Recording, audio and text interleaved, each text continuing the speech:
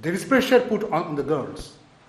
And if you make it criminal, whereby by reporting it to the police, they can send their father, their brother, even their mother to prison, what will happen then?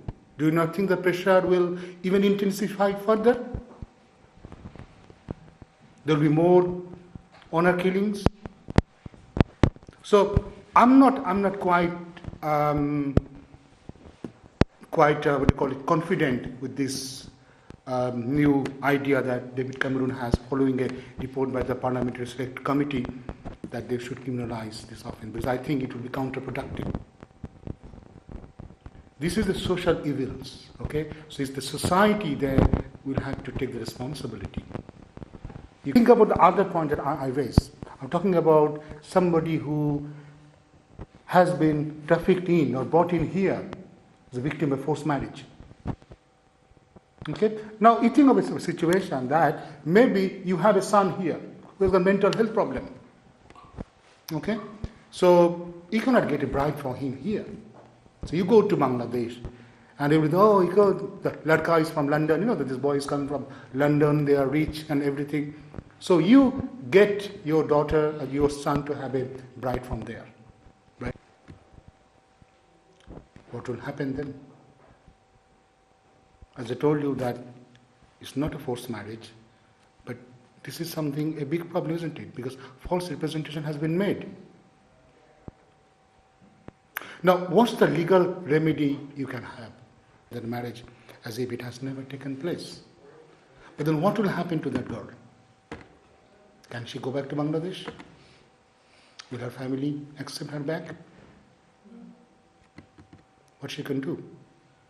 Immigration law makes provision for bereavement or for domestic violence. Bereavement means if somebody comes here as a spouse of somebody settled here, and during the course of the first 2 years, if the UK settled spouse dies, then although you haven't stayed here for 2 years, because current law says you have to be here for 2 years as a spouse, then you can go for indefinite leave, which will probably change. Soon it will be 5 years. So you have to stay here 5 years as a spouse before you can get indefinite leave. So if during the currency of your marriage, this 2-year provision period, if your spouse died, then you can get this benefit of bereavement. Or if you are a victim of domestic violence, what happens then? The only option for her will be to claim asylum. That if she goes back, she will be persecuted, she will be harassed, she will be tortured by her family. It's about, you are here as a student, you came here to study, but now you know that your parents, they are arranging your marriage because they have got good deal. Somebody is going to give them million rupees or takas. So it's the other way around. It's not that you are paying the dowry, somebody is paying you the dowry or your family the dowry. Maybe, you will be married to a son of a minister. And your family really likes the rishta. You don't want to go back. But what can you do? Human rights organizations get protection. And you know how effective those human rights organizations are.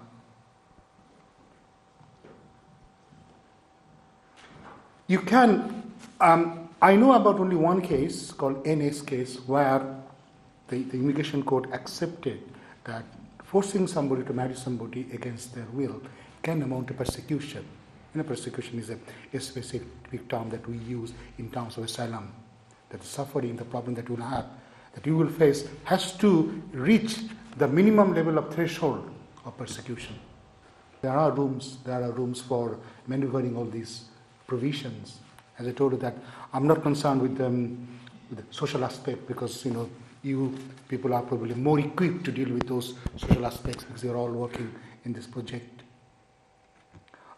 With that, I will conclude my talk, but I will, as I told you, that this is the forced marriage, as I told you, is a social evil, and there are social taboos. And you have to counter this socially. Look at the root causes, why this sort of forced marriage actually takes place. And that the moment the law will come, the moment a criminal law provision will come, the minority communities here will feel that their culture, their tradition have been threatened. They will see some interference with our way of life.